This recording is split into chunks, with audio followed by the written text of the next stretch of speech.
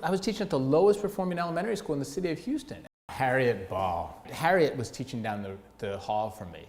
And so for months, I was begging her to be my mentor teacher. She's like, no, I don't need any more work. And finally, she was like, okay, I'll mentor you. And she came into my 6th grade class where I was like misery for like the first 3 months. And she taught in 45 minutes what I had failed to teach all year long. You're listening to the Bold by Choice podcast with Vashanta Harris and Jim Gunner. Real talk about charter schools, from the boardroom to the classroom. Powered by the National Charter Schools Institute. Welcome back, friends, to the Bold by Choice podcast, where we are exploring the roots, revolutions, and the realities of the charter school movement. I'm your host, Vashanta Harris. And I'm Don Cooper. Today, we're continuing our Founders Library series, stories from the people who didn't just talk about reimagining education, they built it. And today's story is one many of us know by name, KIPP, the Knowledge is Power program. But behind the acronym is a powerful story of mentorship, humility, and love. Going to hear from Dave Levin, co-founder of KIPP, who sits down to reflect on the teacher who changed his life. That teacher is someone whose name a lot of us know, Harriet Ball, and how her wisdom shaped not only KIPP, but an entire generation of educators. Dave's reflections remind us that the charter movement wasn't just about laws and policy. It was about the people, particularly teachers learning from teachers, passing the baton and opening doors for others to follow. That baton is what connects these Founders Library episodes to the future, Season 3, where we'll meet today's school leaders who are carrying that torch forward.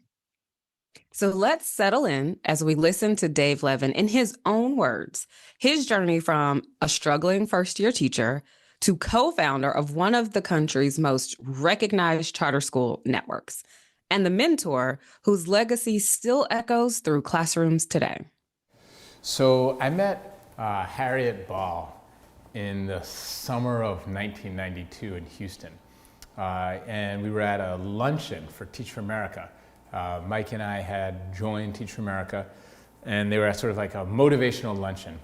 And Harriet's principal had come and spoken about Harriet. And Harriet was there at the end, sort of meet and greet type thing. And I met her.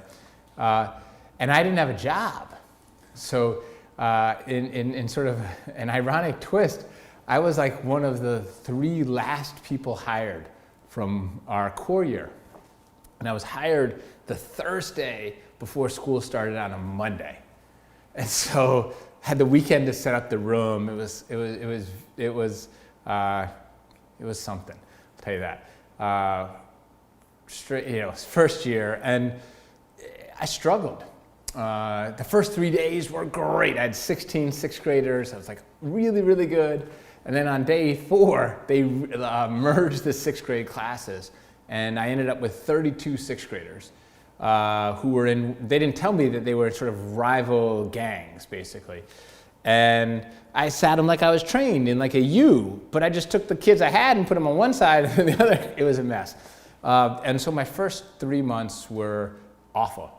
And I had some like district assigned mentor who came in about the 2nd month and told me, now this is like 20 some odd years ago, told me I should look for a different job. She did give me one good piece of advice though. She also said, clean your room, which became a sort of a centerpiece in my career. Because I realized no matter how like chaotic everything was, it's something you can directly control. And it's like the whole Navy SEAL version of like make your bed first thing in the morning. Anyhow, Harriet was teaching down the hall from me. And so for months, I was begging her to be my mentor teacher. She's like, no, I don't need any more work. They don't get any pay to be a mentor teacher. They got like $125. She's like, no. And I would go and eat. I was like, okay, can I eat lunch in your room? And she's like, yes, you can eat lunch in my room. And I think she thought I'd get tired of it. And it was like magic. She was teaching 4th grade at the time. But she was like the Pied Piper. Literally, like kids who weren't in her class would be coming in during, like teachers would send their kids to them, and like she had this magical ability to reach the head and the heart. And you know, obviously Harriet's like famous for the songs and the chants and the movement, but there was like, when you watched her teach, there was like serious heavy lifting being done by the kids. And I think sometimes she got a little shortchanged by people thinking that's all there was. And it was like this magical interplay between stuff that was really fun that kids loved but they were still learning, and stuff that was really hard but they believed they could do because they were having so much fun. It was like, it didn't feel like school, and they were engrossed every minute of the day. And this went on for weeks. I would eat lunch, and finally she was like, okay, I'll mentor you. And she came into my 6th grade class where I was like misery for like the first 3 months. And she taught in 45 minutes what I had failed to teach all year long, in this concept about place value. And I just realized that, I learned so many lessons in not only that moment, but in the lead up to really starting to work with her. And the two that I remember, one is it's never the kids, right? Like, again, that sounds obvious now, right? And it's like, almost like a cliche now. But when you're in the midst of this, like when you're in the middle of a teaching and you're getting like, you can't get anyone to listen to you, it's very, very frustrating. And you're 21 years old, right? You get no guidance. Like, this isn't a world like today, you hear of high functioning, high performing charters, and there's all this training. You got relay, and first year teachers are like, you got to think of a different time, right? And I was teaching at the lowest performing elementary school in the city of Houston. And so I was literally I refused to quit, but I wanted to. But I said I have to make it through the end of the year, because like you just can't give up on kids, right? So like it's one thing, I don't have to go in for a new class of kids. But then I watched Harriet, and she was having fun, and the kids were having fun, and they were learning. And I was like, this isn't the kids, it's me, right? It's my lack of skill, it's my lack of ability. And the rest of the school, by the way, looked like my class, right? So she was an oasis. But the rest of the school was a mess. And then there was Harriet. And there were one or two others. It's overly simplistic. But, and she took me under the wing. So I learned that we as teachers can always find a way and always engage the head and the heart. And then the other thing I learned, which was so critical to her success, is she always met kids where they were and then built them to the level that they were at. Believe it or not, no one had told me. They were like, you're teaching 6th grade, here are the 6th grade textbooks. No one told me. It seems like, I know, again, I even say it out loud, and I'm like, this is crazy. But no one told me that, well, if they don't know 3rd grade material, why don't you start with 3rd grade material? And I was like, oh, but you feel like I'm a 6th grade teacher, I got to get them here. So, and Harriet did that. And then the third thing that I think I learned from Harriet was how to love. Like, I know that sounds weird, because like you don't think about, like, you think you learn how to love by being loved, and you do. I was blessed. I felt loved. My parents. I felt I had brothers and sisters, and lots of friends, and so it wasn't like I didn't feel loved. But what I realized was that it's a difference between you feeling love and getting others to feel loved, who don't always make it easy on teachers. And everybody felt like Harriet loved them for who they were, and like genuinely loved them for who they were. And she saw the kids as people first, people, before seeing them as students. And it wasn't like they were her students, they were her kids. And I learned something by that. And I learned about bringing folks in. I learned about, being vulnerable to kids. I learned about everything I know about teaching from Harriet. Fast forward another 18 months from then, and I win, Teacher of the Year awards from Houston. And it's different, it's a different time. I learned how to teach. And then we start, Mike Feinberg and I start KIPP in '94. And we asked Harriet to come with us, but she couldn't. She had, her kids were still at home, and KIPP was high risk back then, right? We weren't sure we could guarantee her salary. It was just very, very stressful. It was easier to do.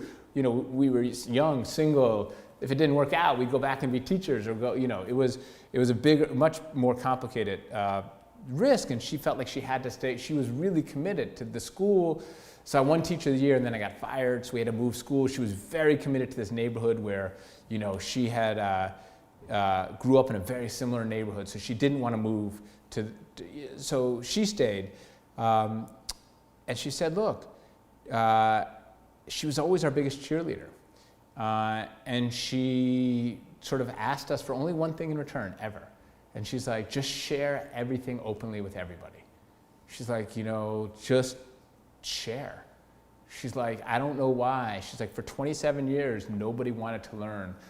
She's like, no one wanted to learn what she had. And she's like, I have no idea, why it was me and Mike who became the people who learned from her, right? It doesn't make a ton of sense that it would have been us.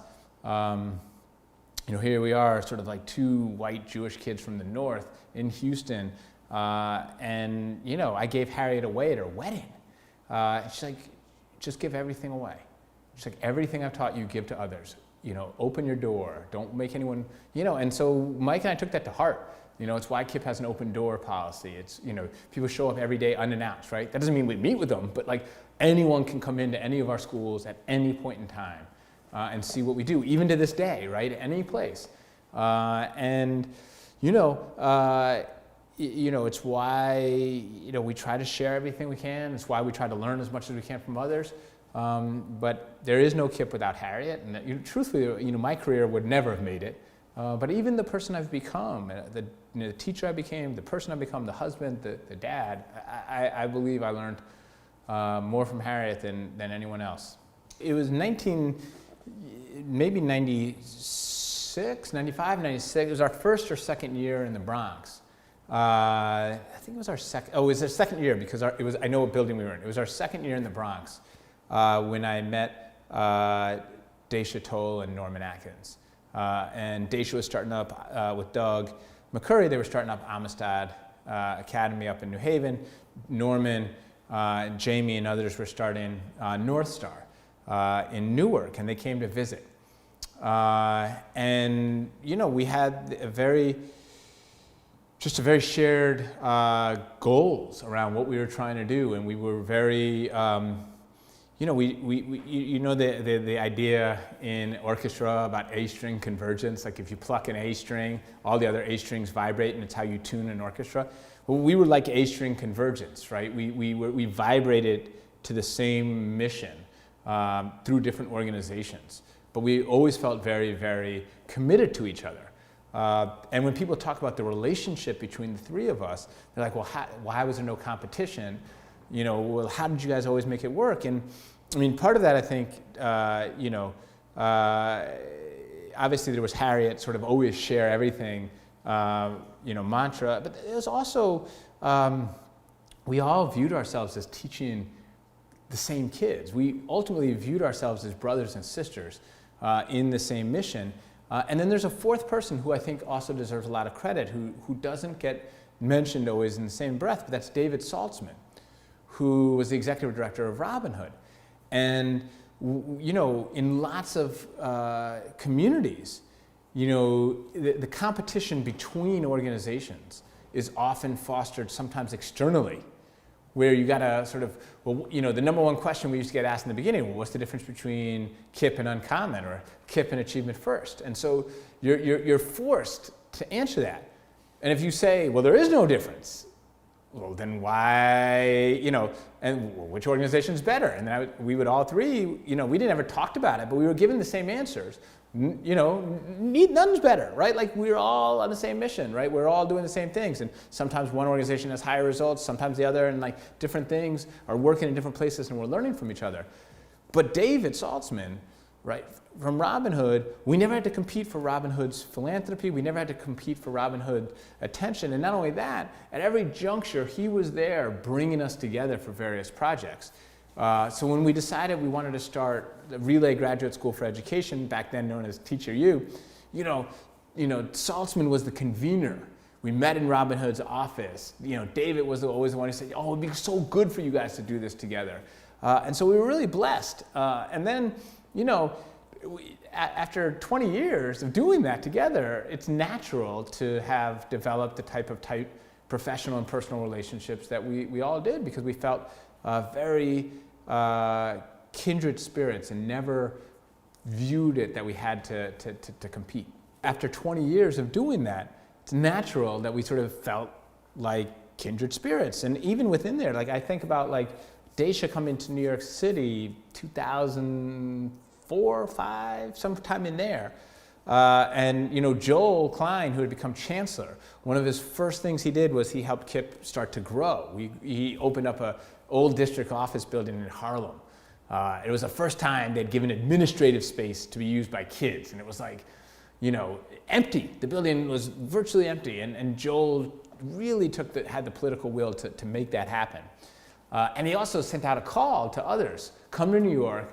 We want to make New York the absolute best place for the growth of high-performing charters in the country. And between Joel and Mayor Bloomberg, they were very, very committed to this idea. And so they asked lots of folks to grow here. They asked Uncommon to grow here, and they asked Achievement First to grow here. And Daisha, being the incredible partner that she is, she calls Norman and I to say, hey, do you guys have any, is there any, you cool? If I grow in New York. And it was like one of those things, like it was nice to ask, but we were like, of course, like there's so many kids, like there are 1.1 million kids. I think that's the thing that gets lost in this whole discussion, right? There are 1.1 million, kids in the New York City public schools. There's, 13 million low-income kids in this country, right? And like, there is so many kids who have such great need. And it makes no sense to me when folks who are doing the same work compete. And that's true of not only like public charter schools, but that's also true of traditional public schools. Like, we are all in this together. And when the story is written, those who try to divide us, what's going to be said is only that they stood in the way of kids getting a better education. Right? They're not going to say, well, this organization was better or that. No, they're going to say all of these kids were left out because the adults couldn't get their act together. And that's the way I see it. I mean, it goes back to what I learned. It's never the kids. It is on us. So when Norman, Daisha, and I got together and we started talking about putting together a graduate school of education, which is now known as Relay. I mean, it was not the easiest thing to come up with a name, right? Like KIPP, that came. By the way, I'll tell you an example. KIPP, this goes in the first part. Like, KIPP is a derivative of Harriet's song, right? The name KIPP, knowledge is power, comes from Harriet, one of Harriet's most famous songs, right? You got to read, baby, read. The more you read, the more you know. Knowledge is power. Power is freedom, and I want it. And so, like when Mike and I were trying to come up with a name for the program, we were going through, and all of a sudden it was Knowledge is Power program, KIPP, and it was sort of like light bulbs. And when you hear Norman talk about uncommon schools, it was a light bulb moment, right? When you hear Daisha talk about Achievement First, right? These were all like it was simpler. The name for the graduate school. There were lots of iterations to this. And I'd go home and I was recently married. We've still been engaged, but we right around that. And my wife runs a marketing, events, crisis communication company. And so, we were coming up with, she was bouncing around names, and she's like, ended up playing on the word teacher you. And so originally it was going to be like YOU, and then it became teacher you with the U. And so, my wife was the brainchild behind the name, which and then we were like, it's a light bulb. We love the name, right? It was great. And it sort of encompassed sort of our, the blend of like teacher expertise and a lot of online stuff, which the program has. So the funny thing about the name was we couldn't keep the name. We became an accredited institution. And we could no longer keep the name Teacher U because the state told us in order to be a U, right, which was short for university, although we didn't use it, it was just U, it was a letter, but they said it implied a university. You have to have a brick and mortar library and a tenure track. Now you can't make that up, right? Like a brick and mortar library and a tenure track. And then thank God that Norman was calmer than me because, I'm a huge fan of Prince. And I thought we should become like a symbol and be the organization formerly known as Teacher U. Just like when Prince protested the record labels. Norman did not think that would help our accreditation efforts, which he was right. And so we became the Relay Graduate School of Education, great teachers passing the baton to other great teachers. And one of the reasons I love that so much is, to me, in my heart, that sort of evoked Harriet, right? Because she was the original teacher of this movement. And she passed the baton, and then the baton kept getting passed. And so I think it is a very fitting tribute to Harriet. Man, I tell you, this is probably my favorite story so far, only because it resonates so much with my own experience. Like I'm a TFAer, so when Dave talks about those first days, the rat race of getting hired when you're TFA and you have your first school and you go into your classroom. Oh man, it is so real. Probably even a little bit nostalgic as I listen to him share his story. And TFA, Teach for America, has just been such an important catalyst for change in pipeline of talent, not just in the charter schools movement, but for public education in general. It's just a great organization. And there are so many other Dave Levins who have come out of TFA over the years, too. Absolutely. And I think about what this school must have looked like, right? I imagine Dave walking in the school building and, hundreds of kids, and he's going in his classroom and he's doing his best to execute a lesson, ensure he has some classroom management, some routines with his students, and learning that, like, for yourself, and I'll speak for myself, that first week was honeymoon time, right? Like my kids were great. Everything was new. I taught ninth grade my first year. And I was like, okay, I think I got this. Like, this is great. And then reality hit those next couple of weeks. And so I really resonated when Dave talks about, like, he came to this self-realization that, like, you know what, my room is a little bit of a disaster. And I think he talks about, one of his coaches goes like, and at least like clean your room. And people don't realize, first year teachers, like, it seems obvious, but you have so much going on. You're trying to execute the lesson, learn everybody's names, call everybody's parents. And you don't realize how messy the room looks.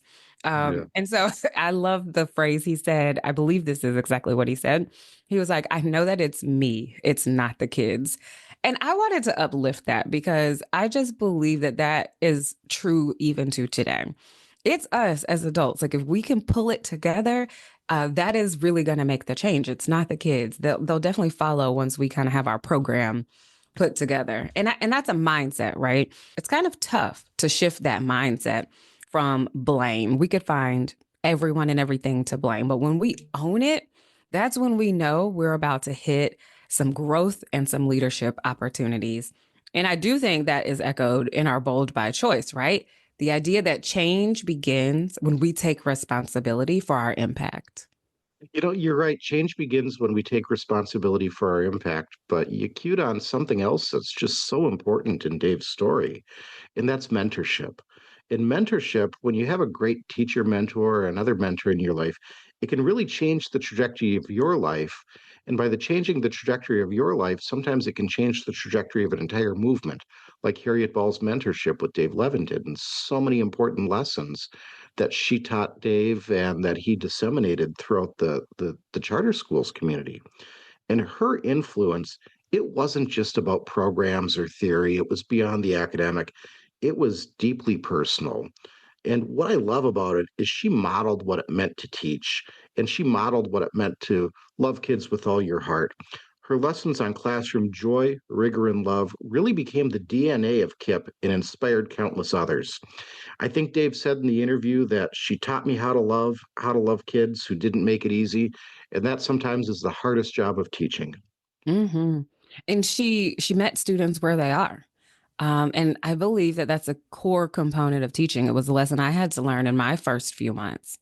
And really what that means is she was emulating the fact that educators start from a student's current level. Now, when I say level, I mean that in a couple of ways. Yes, academically, absolutely. But also sometimes you've got to focus on how they're coming in the door emotionally, what you may see on them physically and their facial expressions and even their interactions with each other. And I believe Harriet meant that as well. You've got to really see where each of your kids are when they're coming in.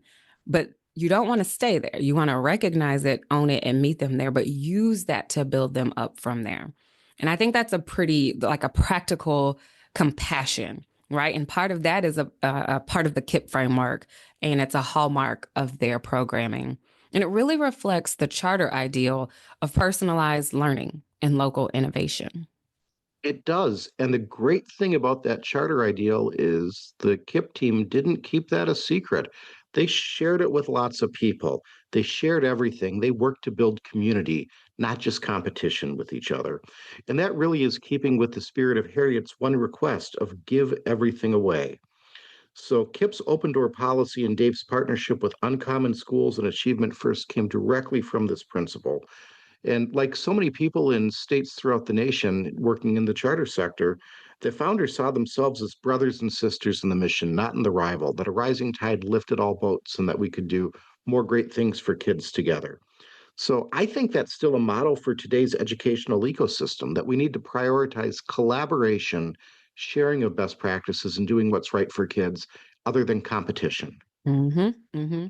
In this moment, I wish I actually remembered the rhythm, but I think I have the words. So Harriet Ball's chant became pretty famous. Oh, You yeah. got to read, baby, read. The more you read, the more you know. Knowledge is power. Power is freedom. And I want it. Next time, if we talk KIPP, I'm going to have like the rhythm down and I can chant it the right way. But I wanted to elevate that because the knowledge is power. That phrase is more than a name. It's more than KIPP's name. It is a legacy. This mantra shaped Harriet Ball's classroom.